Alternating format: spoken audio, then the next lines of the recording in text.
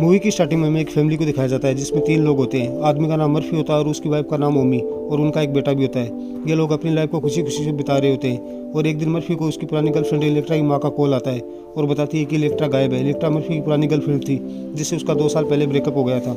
उसके बाद उसने ओमी से शादी कर ली। इलेक्ट्रा की माँ मर्फी से कहती है कि इलेक्ट्रा का 3 महीने से कुछ भी पता नहीं चल रहा है, वो कहीं चली गई और उसने कई बार सुसाइड करने की भी कोशिश की थी। अब इलेक्ट्रा की माँ मर्फी को इलेक्ट्रा को ढूंढने के लिए कहती है। इस पर मर्फी हाँ कर देता है और अपने कई फ्रेंड को कॉल करता है और उनसे इलेक्ट्रा के बारे में पूछता है, मगर किसी से भी कुछ भी पता नहीं चलता। अब मर्फी अपने एक पुराने फ्रेंड जूलियो को कॉल करता है और उससे इलेक्ट्रा के बारे में पूछता है तो जूलियो बताता है कि उसने इलेक्ट्रा को एक बार कुछ लोगों के साथ देखा था। वो काफ़ी ज़्यादा ड्रग्स लेने लग गई थी और ड्रग्स के बिना रह नहीं पाती थी। उसके बाद मर्फी अपनी वाइफ ओमी को बताता है कि वो इलेक्ट्रा को ढूंढने जाएगा। इससे उसकी वाइफ नाराज़ हो जाती है और अपने बेटे को लेकर वहाँ से चली जाती है। फिर मर्फी ड्रग्स निकालता है। ये ड्रग्स इलेक्ट्रा ने मर्फी को दी होती है जब वो रिलेशन में थे। उसने ये ड्रग्स छिपा कर रख दी थी। फिर मर्फी अपने दोस्तों को कॉल करता है मगर कोई भी इलेक्ट्रा के बारे में नहीं बता पाता, जिसके बाद वो ड्रग्स लेता है। फिर मूवी में कुछ साल पहले का सीन दिखाया जाता है जहाँ मर्फी और इलेक्ट्रा एक पार्क में बैठे होते हैं। वो दोनों आपस में बातें करते हैं। इलेक्ट्रा बताती है कि वो फ्रांस की रहने वाली है और उसका एक बॉयफ्रेंड है जो आर्ट गैलरी चलाता है और वो खुद एक पेंटर है। जिसके बाद मर्फी बताता है कि वो अमेरिका का रहने वाला है और पेरिस में डायरेक्टर बनने आया है।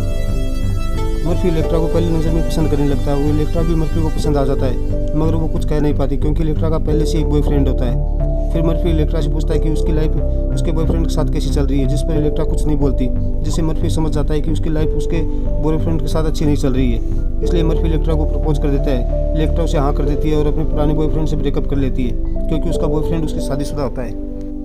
फिर मर्फी व इलेक्ट्रा एक दूसरे के साथ टाइम स्पेंड करते हैं। वह काफ़ी ज़्यादा एंजॉय करते हैं। मर्फी इलेक्ट्रा से कहता है कि वो अपनी पूरी लाइफ उसके साथ बिताना चाहता है और उससे शादी करना चाहता है। इलेक्ट्रा कहती है कि उसने अभी फ्यूचर के बारे में कुछ भी नहीं सोचा है।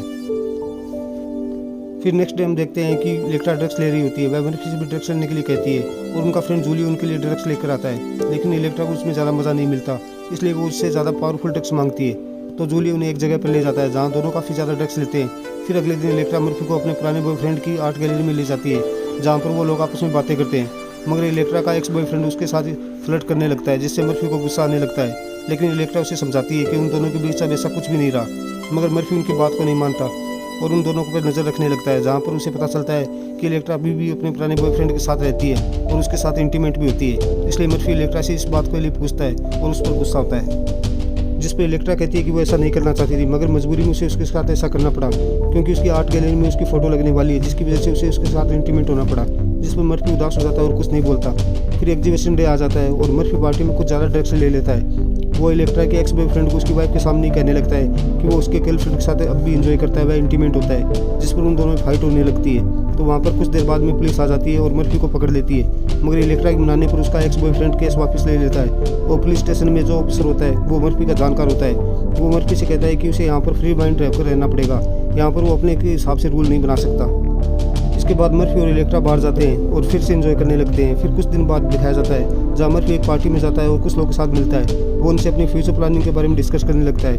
वहाँ पर कुछ लड़कियाँ होती है, वो उनको बताता है कि वो एक मूवी बनाने जा रहा है। वहाँ पर एक लड़की मर्फी को सेड्यूस करने के लिए बाथरूम में ले जाती है और वहाँ पर वो दोनों इंटीमेट होते हैं।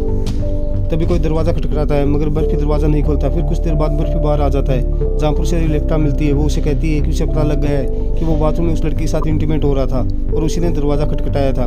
फिर इन दोनों में बहस होने लगती है। तभी इलेक्ट्रा कहती है कि उसे कोई भी फर्क नहीं पड़ता क्योंकि हम दोनों किसी और के साथ इंटीमेट होकर एक दूसरे को धोखा दे रहे हैं, जिससे मर्फी को और ज़्यादा गुस्सा आ जाता है। वो दोनों लड़ाई करने लगते हैं। मर्फी से इलेक्ट्रा कहती है कि वो अब इन सब चीज़ों से दूर रहना चाहती है और मर्फी से शादी करना चाहती है। फिर वो दोनों एक दूसरे को समझाते हैं और वादा करते हैं कि अब वो एक दूसरे के साथ धोखा नहीं करेंगे। अब इलेक्ट्रा मर्फी को अपने घर ले जाती है, वह अपनी माँ से मिलवाती है जहाँ पर इन दोनों की शादी फिक्स हो जाती है। इसके बाद इलेक्ट्रा के मन में कुछ और ही चलने लगता है। वो मर्फी से कहती है कि वो दोनों मिलकर किसी तीसरी लड़की के साथ एंजॉय करे तो कैसा होगा। मर्फी पहले तो शॉक्ड हो जाता है मगर बाद में मान जाता है।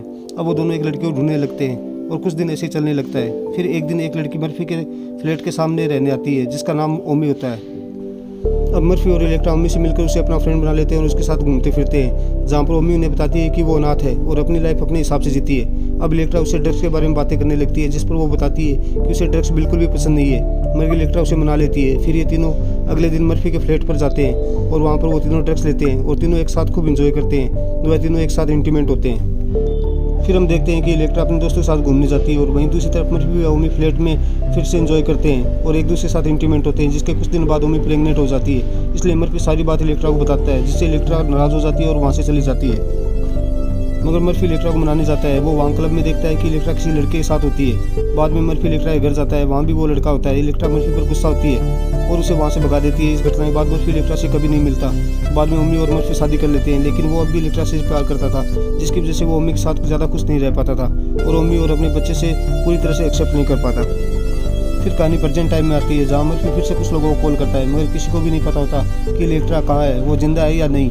मर्फी को एहसास होता है कि जब से उसकी शादी ओमी से हुई है, वो तब से ओमी को इग्नोर करता रहा है और अपने बच्चों को अपने से दूर रखा होता है। उसे लगने लगता है कि जितना प्यार वो इलेक्ट्रा से करता है, उससे कहीं ज़्यादा प्यार ओमी उससे करती है। ये सब बातों को सोचकर मर्फी को पछतावा होता है, क्योंकि वो ओमी को अपना पूरा प्यार कभी नहीं दे सका, लेकिन ओमी उसे बहुत ज़्यादा प्यार करती थी और कभी भी उस पर ज़्यादा गुस्सा नहीं होती थी। मर्फी बाथरूम में रोने लगता है, तभी वहाँ पर ओमी वापस आ जाती है और उसे रोता हुआ देख लेती है, मगर वो कुछ नहीं बोलती। बाद में उसका बेटा मर्फी के पास आता है। वो अपने बेटे से बोलता है कि वो हमेशा उसका ध्यान रखेगा और उससे हमेशा प्यार करेगा। उसके बाद वो इलेक्ट्रा को ढूंढना बंद कर देता है और अपने बेटे व वाइफ के साथ काफ़ी खुशी खुशी रहने लगता है और इसी के साथ ही मूवी खत्म हो जाती है।